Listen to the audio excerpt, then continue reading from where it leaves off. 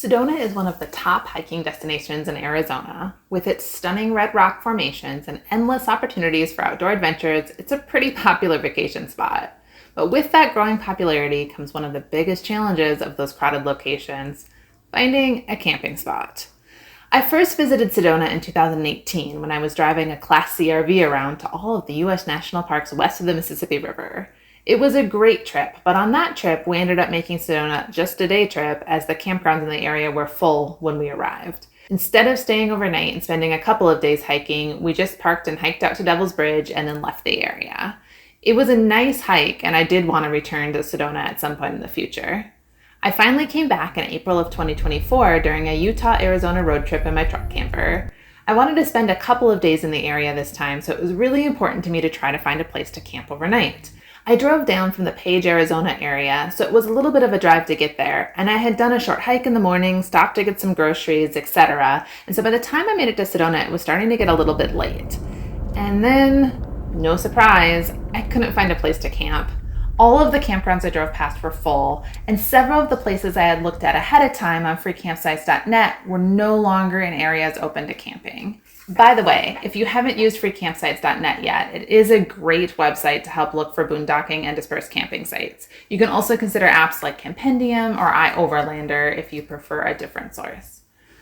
The problem with Sedona, though, is that due to all of the traffic there, many of the boondocking sites have been closed. If you hear crinkling in the background right now, that's Aster. A lot of the public land around Sedona is in the Coconino National Forest, and they've really been cracking down on the amount of boondocking to try to preserve the natural spaces and prevent overuse. Coconino National Forest does still have some dispersed camping areas that are open to boondockers, but it's very important that you're camped in the right area. You can find a map of the open areas on the Forest Service website. These dispersed camping areas can be found mostly along Forest Roads 525 and 689. Just be aware, though, that many of these areas are small, only about 1 acre in size, and so you will be close to other campers. The two largest areas are about 10 to 11 acres, so you can consider driving either to Nolan or Rockview areas to get a little bit more space from your neighbors. Rockview is right off of 89A, so that one tends to be a little bit more trafficy there. Nolan is a little bit further down the road from some of the 1 acre sites, and that one seems to be the most spread out. I haven't personally camped at these sites, but I did do a little bit of scoping of the area to take a look at how spread out things were, and so you can see on Google Maps kind of what these areas look like. And like I said, they're small, they're close to Sedona, so they still might be pretty crowded during busy seasons. When I was there in April, it was getting late and I was getting frustrated with how full everything was in Sedona. I didn't arrive early enough to pick a good site, and so I decided to drive just a little bit further to an area south of Sedona near Montezuma Well. And honestly, I did find a wonderful area with plenty of camping opportunities, nice and spread out down there. 14 days, we're still good. Forest Road 618 starts just off of Interstate 17. The beginning of the road is paved, and there are some turnouts that you can free camp on just off of the paved road. The first several turnouts I passed were full, so I kept going. The road will turn to gravel and can be a little rocky, but if you keep driving, you can find several wonderful campsites along Walker Creek. Of course, the best ones fill up fast, but there are several less scenic pullouts that can also be used. Honestly, I've never gotten there early enough to get one of the sites right on the creek, but I have been able to camp close and walk down to the creek. And even the sites not on the creek are lovely. You get good space from other campers and can enjoy a wonderful, quiet night, as long as there aren't any partying campers up your road, which did happen to me once. But pending good neighbors, you can wake up refreshed and ready to fold the camper down and drive out in the morning. Just watch out for some cows on the road. As an added perk, you'll be right by the Crane Petroglyph Heritage Site and the Bell Trail Trailhead, which has an outhouse if you need it. If you want to hike in the morning or enjoy Wet Beaver Creek, the Bell Trail is wonderful.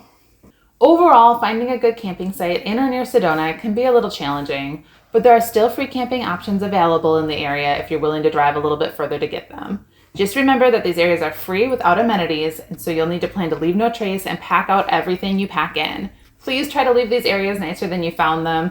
There's so few wonderful boondocking sites left, and so if we keep them clean and nice to use for everyone, we can hopefully keep them longer.